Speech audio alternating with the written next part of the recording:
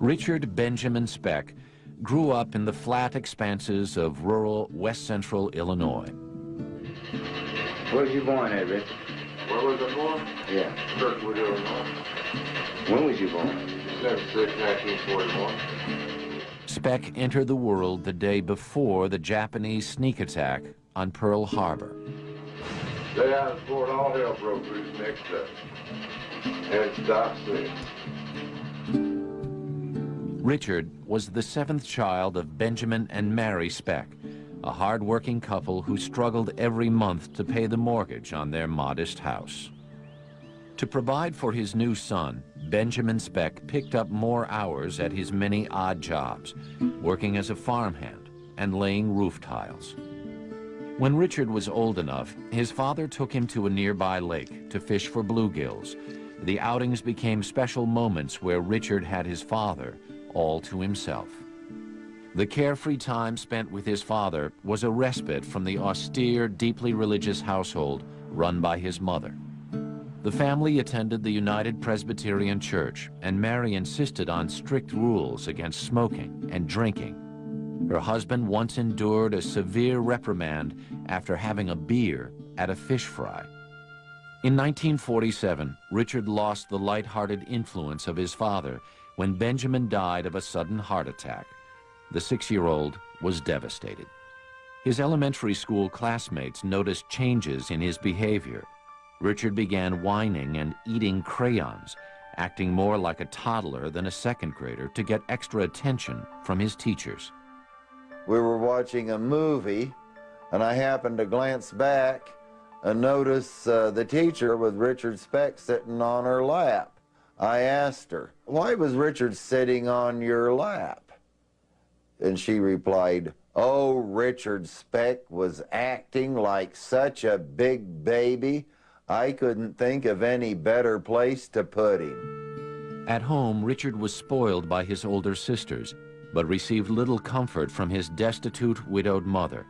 Soon after Benjamin's death, a traveling insurance salesman named Carl Lindberg began courting Mary Speck. Their marriage in 1950 solved Mary's financial problems, but Lindberg was the exact opposite of Richard's sober, hard-working father. He had a criminal record that included arrest for forgery and drunk driving. 8 months after Richard's mother remarried, the couple picked up and moved to Dallas with Richard and his younger sister, Carolyn. 9-year-old Richard deeply resented his mother's decision to remarry and relocate, and he let it show. Years later in prison, Speck would recall that the disruption in his family life made it easy for him to reject his strict religious upbringing. Preacher says, "Oh, we got a new face up in here. Well, we're going to give you a privilege to pick out 3 hymns." I stood up and said, "I want him, him, and him." And they kicked me out of church. It wasn't long before his stepfather wanted to kick Richard out of the house.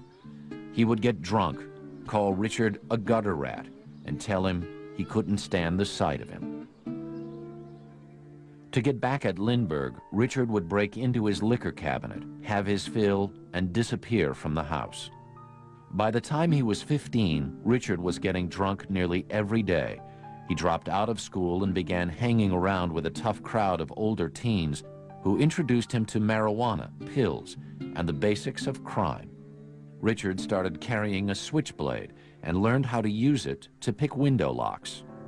He also learned about sex, mostly one-night stands with the older girls in his crowd and prostitutes. He began to develop contempt for any woman he considered easy. By the age of 20, Richard was a known petty criminal. He had a long list of misdemeanors, drunk and disorderly conduct, indecent exposure, and shoplifting. His slick-back, dirty blonde hair, deeply pockmarked face, and crude tattoos made him look dangerous. A tattoo on Speck's forearm read, "Born to raise hell," but it was the empty boast of a young man who always wished he was tougher. Absolute coward. Take away a knife and a gun, and he has no ability to fight with his fist. Yet he had a tremendous skill at animal cunning, at being able to put people at ease, to con them. He was a good burglar, he was a good thief, and he was a good liar. Richard was not at all intimidated by the cops and knew how to turn on his good old boy charm in a pinch. When that failed, his mother always came to his rescue. No matter how often he needed to be bailed out of jail, his mother paid his way. Mary Speck's unconditional love for her delinquent son allowed Richard to bury his resentment for her. She became a saint in his eyes, an impossible ideal that Speck used to judge every other woman in his life. Especially 16-year-old Shirley Malone. Richard met Shirley at the Texas State Fair in October 1961 and got her pregnant after 3 weeks of dating. They quickly married. Speck's job as a truck driver for the 7-Up bottling company was supposed to support them both, but the 21-year-old usually blew his paychecks on prostitutes and alcohol. Richard insisted on a far different standard of behavior for his wife. He had what we technically call a Madonna prostitute complex.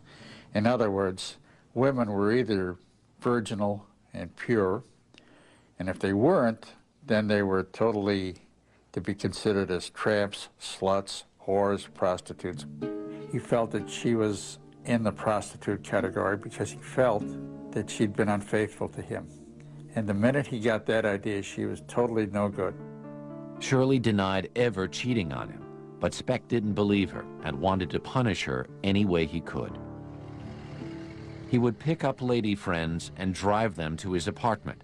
As his pregnant wife watched, he kissed and fondled them in the car, laughing at her before speeding off. Richard also refused to pay Shirley's medical bills and was not around for the birth of his daughter, Robbie Lynn, in July 1962. At the time, he was serving a short sentence in the county jail for disturbing the peace. His first trip to state prison came 16 months later for forgery. Speck served that stint with ease, and by the age of 23 was back on the streets, more dangerous than before. His contempt for his wife now turned violent. Richard demanded sex from Shirley 4 or 5 times a day. If she refused, he slapped and choked her. Richard seemed obsessed with the criminal life and bragged that someday he would make headlines. There was this story in the Dallas Sunday papers, and he was reading the papers that morning and made the comment that someday he was going to do something that would also be of equal publicity. In January 1965, Speck tried to make good on his boast. He attacked a woman at knife point in the parking lot of a Dallas apartment building. She got away. Speck was arrested. Once in custody, Richard claimed he couldn't remember much of the incident because he had blacked out after having too much to drink. His story worked. Instead of facing charges for attempted rape or murder, he was given the chance to plead guilty to aggravated assault. This time, Speck only served 5 months in prison due to a bureaucratic slip-up. By January 1966, Shirley decided that she had had enough and filed for divorce. 2 months later, in March, Speck robbed a grocery store and a warrant was issued for his arrest. Rather than face another prison term, the 24-year-old Speck fled Texas and headed back to his childhood home in rural Illinois. Richard's older siblings were still living there. He clung to the idea that he could turn back the clock and recapture the happiness of his early boyhood before his father died. But Speck's journey home would offer him no escape. The demons that had driven him to a life of crime were growing uncontrollable. In March 1966, Richard Speck was a man on the run. He had fled an arrest warrant in Dallas and returned to his hometown of Monmouth, Illinois. The 24-year-old was desperate to recover some remnant of his early childhood, of the days spent fishing with his late father, but Speck just didn't fit in anywhere. I think Richard Speck was just a different cut of person than what we were used to in our town. He was a stranger and dressed kind of flashy. His brothers and sisters were well aware of his troubles with the law down in Texas, but Richard promised that he had outgrown his wild ways. They wanted to believe him and did what they could to help. Richard's sisters found him cheap room and board with family friends. His brother William was a carpenter and got Richard a job sanding plasterboard for another carpenter in town. Initially, Richard didn't let them down. He showed up for work on time and kept his tattoos covered. But Speck's dream of recapturing his past was quickly shattered.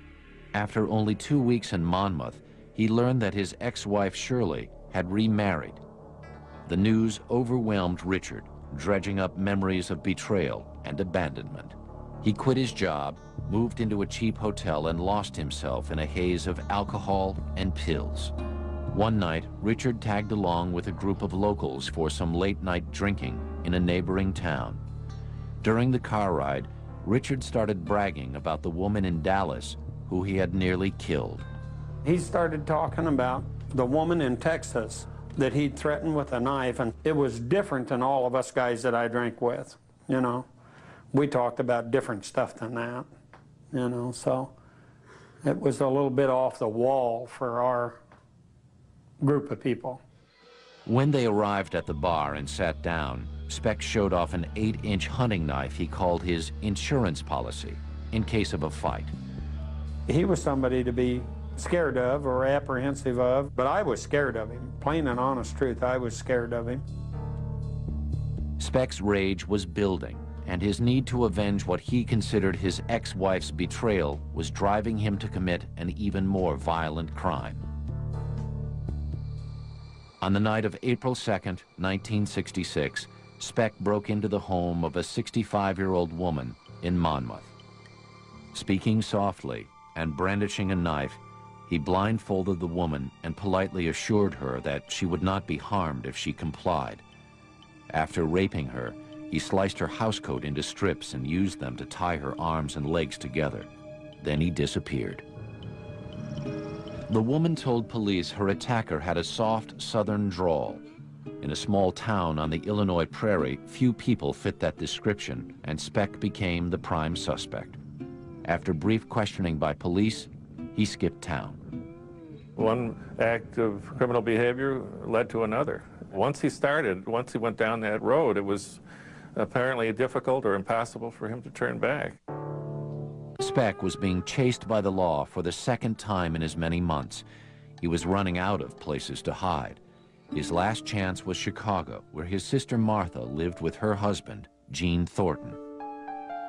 Richard showed up on their doorstep claiming he had left Monmouth because the local mafia was trying to force him to sell drugs for them.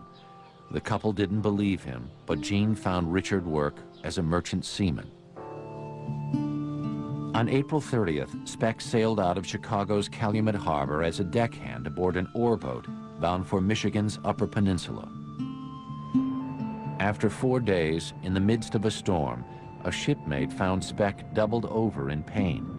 The ship's doctor quickly realized that Richard had an acute case of appendicitis. It was definitely an emergency because he was in severe pain, and he had to be transferred to a hospital right away, and the doctor had stated that if it hadn't been within an hour, that he more than likely would have died. Richard's appendix was removed in a Michigan hospital. He recovered there for the next 2 weeks, enjoying the attention he got from the young nurses. His brush with death did nothing to quell Speck's self-abusive nature. When he returned to the ship, he was far more interested in getting high than in working. When he drank, I noticed one thing that he did that most of the other guys didn't do, that he used to take pills. I think he called them Redbirds. And he would have a quart of vodka in his hand, and he would swig on that and take pills. Speck's behavior became more and more unpredictable.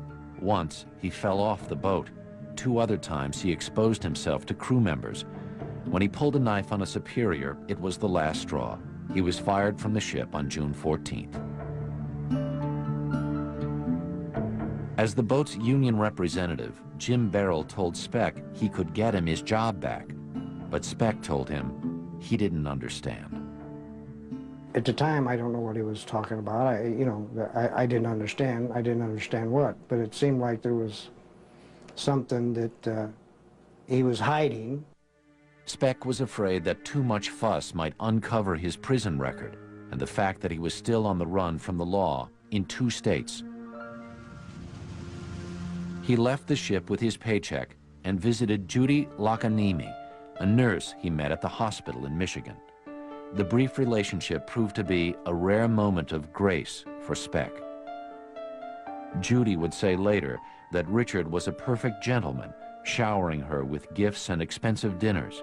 After 2 weeks, they parted on good terms.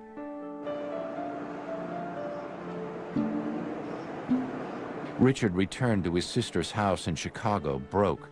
For the next 2 weeks, he did nothing but nap on the couch and read comic books. His sister finally kicked him out, insisting that he find a job on another ship. On July 12th, he did. But when Speck boarded the boat, he was told that his position had been given to a deckhand with more seniority. Speck was furious. He sulked off with his meager belongings and spent the rest of his money on liquor. He ended up in a quiet little grove next to the Union Hall called Luella Park. Next to the park was an apartment building used by South Chicago Community Hospital to house dozens of its senior nursing students. Speck had seen the pretty young women coming and going. Just 3 weeks before graduation, they were cramming for their final exams. Richard Speck finally had nowhere left to go. His life was in utter shambles, and his rage was about to explode.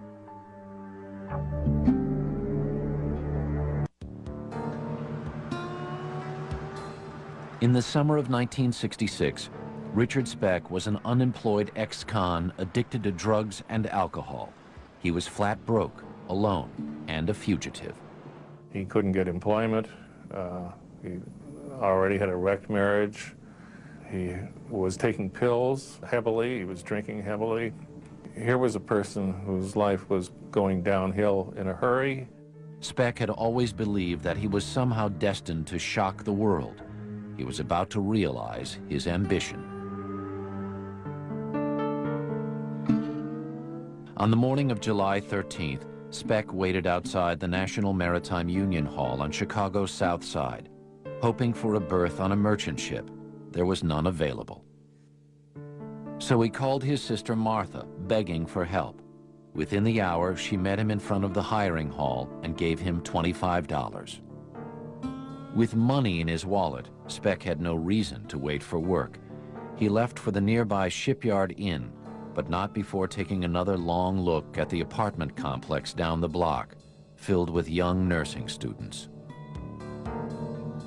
Speck took a room at the inn and spent the day drinking and following a middle-aged woman from bar to bar. Around 6 that evening, he approached her on the street, forced her at knife point up to his room, raped her, and stole a .22 caliber pistol from her purse. Stealing the gun bolstered Speck's nerve. Just after 10 p.m., he walked to the apartment building by Luella Park, dressed in black, armed with the pistol and his switchblade. Speck pried open the back window screen and entered the apartment from the rear.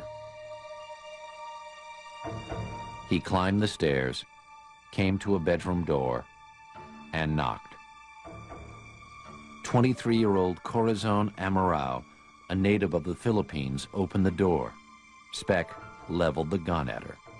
He led Amorao at gunpoint through the apartment. Within minutes, Speck roused 5 other women from sleep and herded them all single file into the largest bedroom.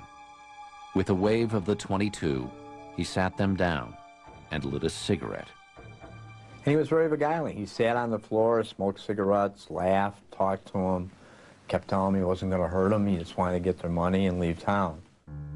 Smiling and using his softest Texas drawl, Speck said that he planned to jump a ship heading for New Orleans and began collecting money from the 6 women one by one.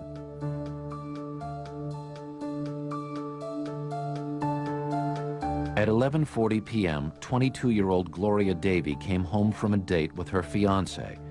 He now had 7 captives, isolated in their corner apartment and out of earshot from their closest neighbors. The women sat terrified, trying to joke with Speck as he casually smoked.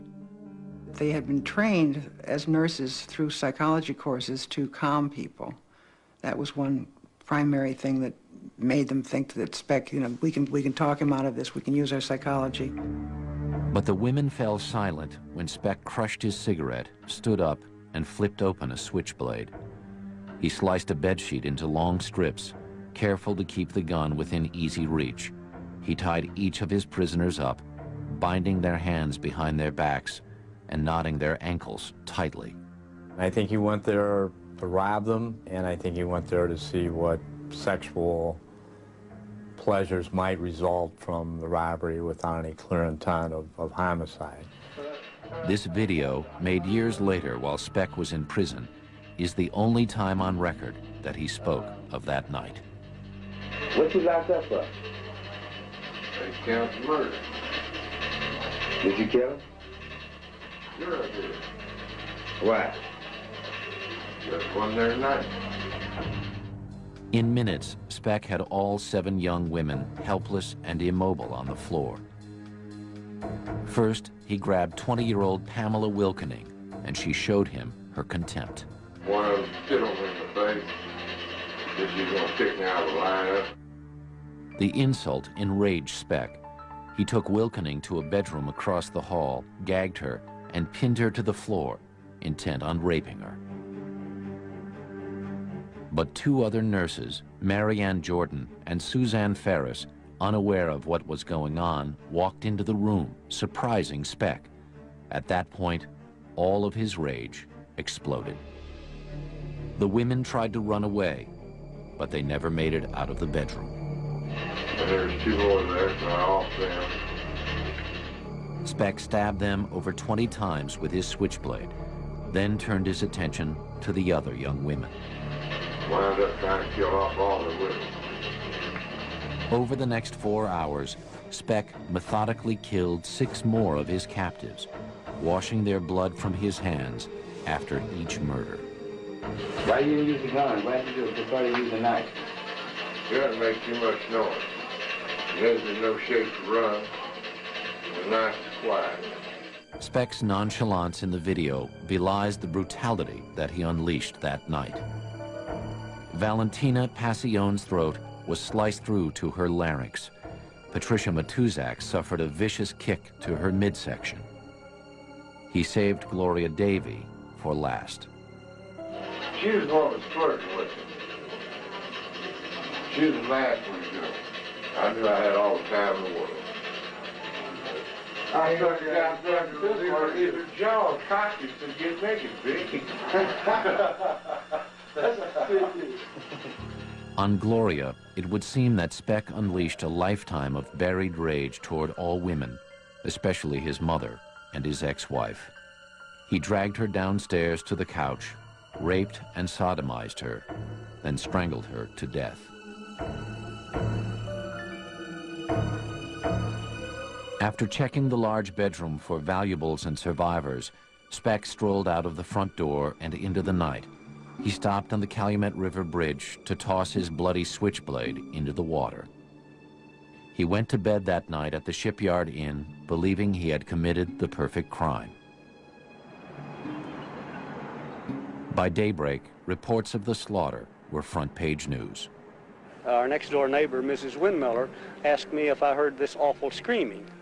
And may we get the other descriptions, Doctor, where the other bodies were and what happened? In the east bedroom, there were 2 girls lying on the floor. The only thing that I might say to this man is that he is psychologically sick, and he ought to turn himself in. He ought. As I said before, this is the crime of the century, because innocent... There were far more questions than answers.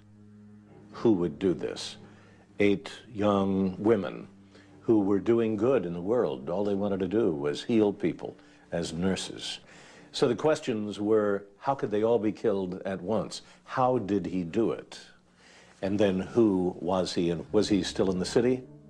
That morning, Richard Speck was just a mile from the crime scene. confidently drinking in the same seedy bars he had been in the night before. But Speck had made a mistake. He'd left a survivor. Throughout the massacre, Corazon Amarau had been huddled under a bed just a few feet away, praying furiously. When he heard that there was a survivor, that's when he immediately changed his name, called a cab, went to Cabrini Green to leave a dead-end trail, and did everything to escape his identity and escape Chicago. Speck wound up a mile and a half west of Chicago's business district, among the bums of Skid Row. He checked into a 90-cent-a-day room under the name R. Franklin. Speck didn't stray far from his hotel, knowing the police would have all public transportation from the city well guarded. By Saturday, July 16th, evidence against Speck was overwhelming. 33 fingerprints were lifted from the crime scene. Based on Corazon Amarau's positive identification, the prints were matched to Speck through Dallas police. Chicago Police Chief O.W. Wilson publicly named Richard Speck responsible for the murders of the 8 student nurses.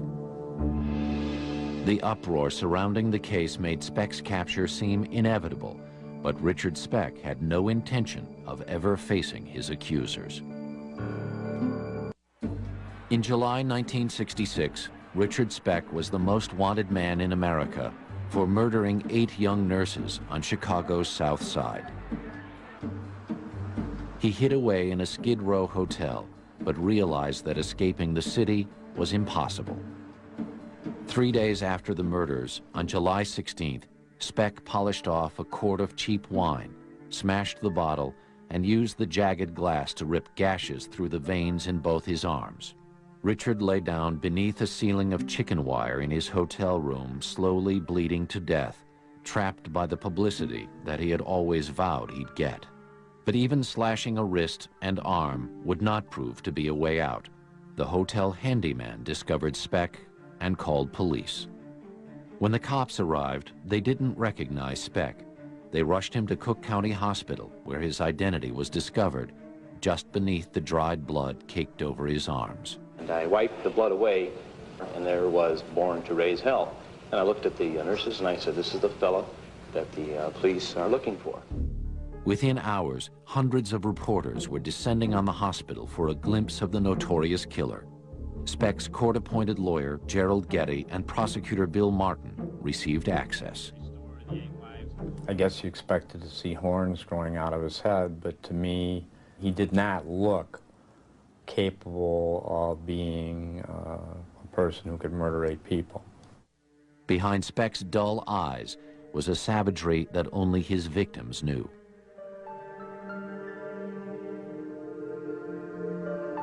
Their last funeral services were held on July 18th, a day honoring the patron saint of nurses, Camillus. It was in everybody's life because everybody knew a nurse and everybody had a daughter or a child that this could have happened to who was at college. That, you know, just that the freakishness of an intruder coming in, invading, was what was so awful about it. Everybody wanted him to fry. When questioned, Speck's memory of the murders was conveniently lacking. All he could recall, he said, was drinking at the Shipyard Inn from 6 o'clock until 8, when he claimed to have been given an injection of speed by a stranger. And he said after that, he didn't remember anything. He never denied it.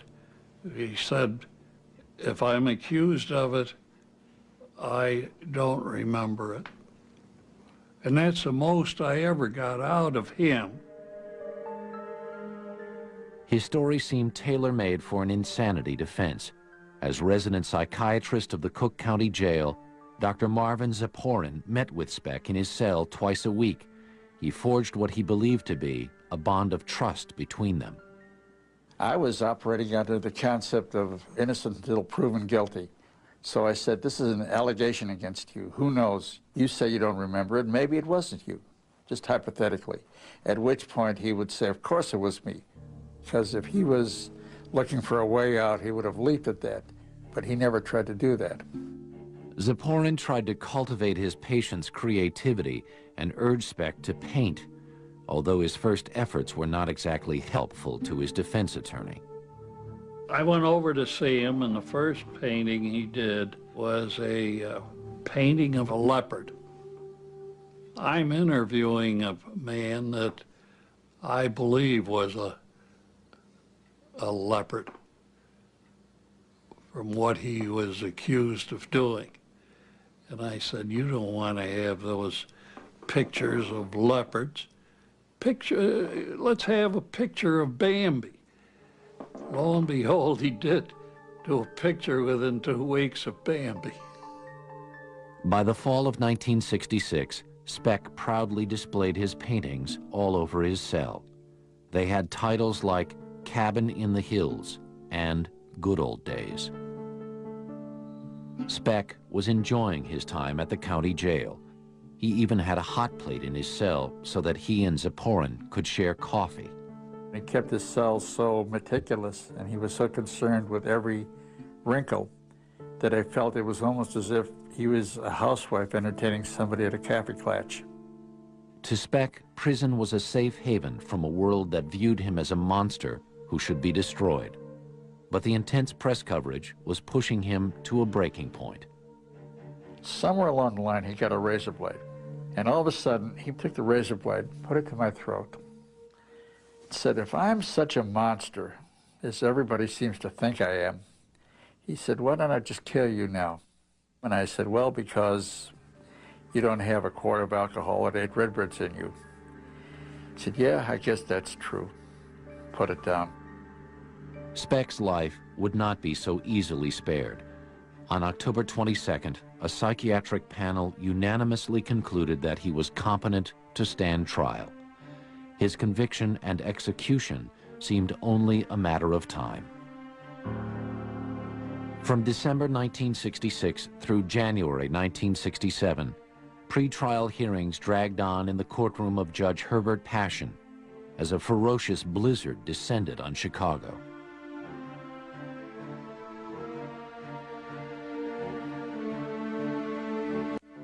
Speck had long resigned himself to the fact that he would die for his crime. He says that when we get to court, Judge Passion, who hates me with a purple passion, as he put it, he's going to sit there with his band of angels and they're going to crucify me. The mass murder had attracted so much publicity in Chicago that the judge moved the trial downstate to Peoria, where it began on April 3rd. Without drugs or alcohol to bolster his courage, Speck became the shy little boy he had been as a second grader. He wanted to hide from people. He didn't want all this publicity. He would not go into the courtroom until they took him up to the window on the door and he could see me in the courtroom. Then he would go out. On the second day of testimony, prosecutors called Corazon Amaral to the stand to identify Speck. I asked the standard question if she saw the man in the courtroom today. And I kind of thought she would just point, because she was really frightened of Speck. Instead, Corazon got off the witness stand, walked straight up to Speck, thrust a finger in his face, and said defiantly, "This is the man." Almost solely on the strength of her testimony, the jury found Speck guilty and sentenced him to death. He said, you see, they finally are going to kill me. Speck was fully prepared to pay for his crimes with his life, but he was not at all prepared for the struggle to survive on death row in one of the country's toughest prisons.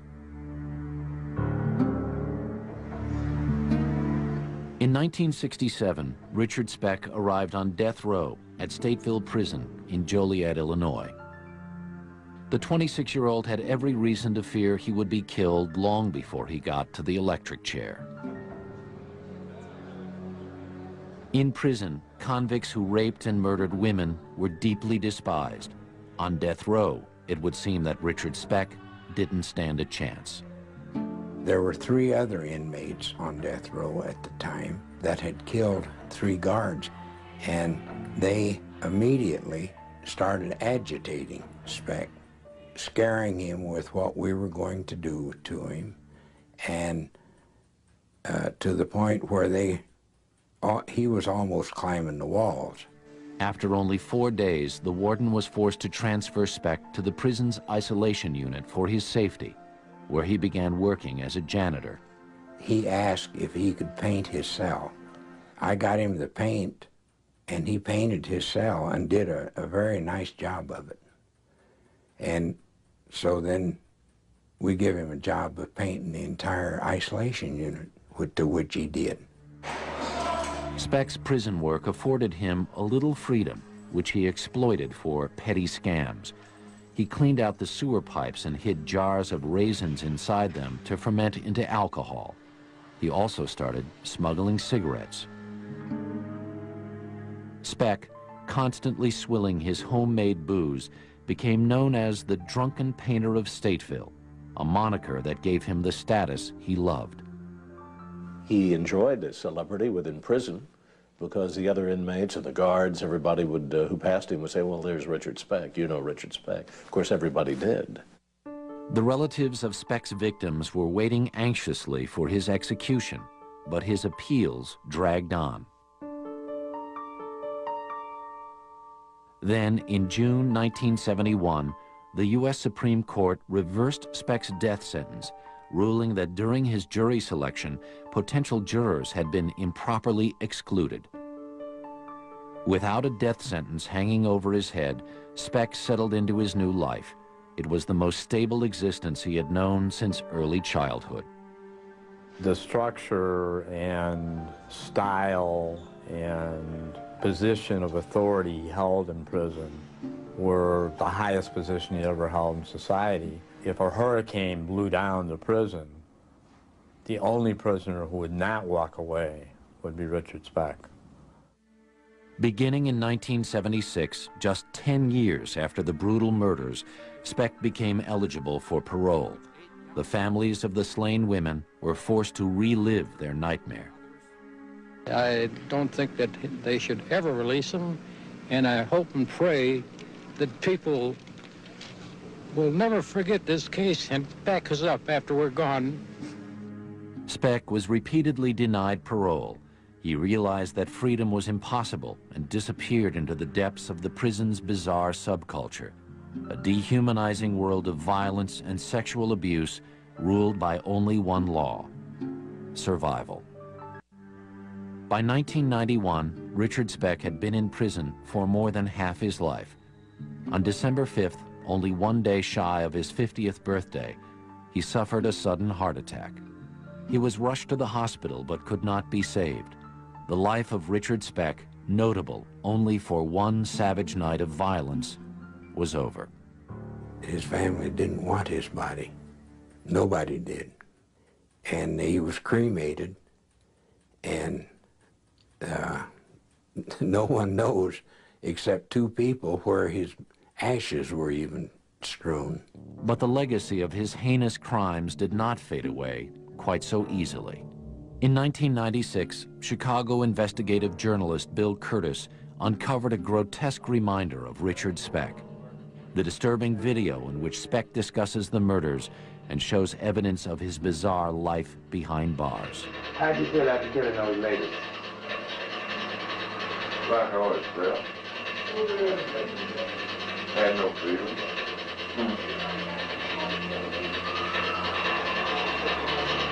Hadn't I felt sorry or anything, no. More shocking than Speck's lack of remorse was his change in appearance. Apparently through the use of hormones, he had transformed his body to ensure his survival in one of America's most dangerous prisons. He had the certain trappings of a female body that made him very desirable to inmates. The breasts and the, silk feminine underwear were all part of a scheme by which he kept himself alive, and not only alive, but well supplied with goodies like liquor and cocaine, because he was what's known as a queen bee in the penitentiary. And it worked. He didn't get killed like Dahmer. Absolutely cunning survivor. Yeah, Johnny, you know how much fun I've had. It turned me loose. That's also what disappointed a lot of people. We wanted him to hurt. We wanted him to be in pain. We wanted him to die. But Speck may have suffered a fate worse than death. 25 years of humiliation and abuse. Do you like being by men? Absolutely. Have you always liked being by men? Sure. You wearing blue pants today?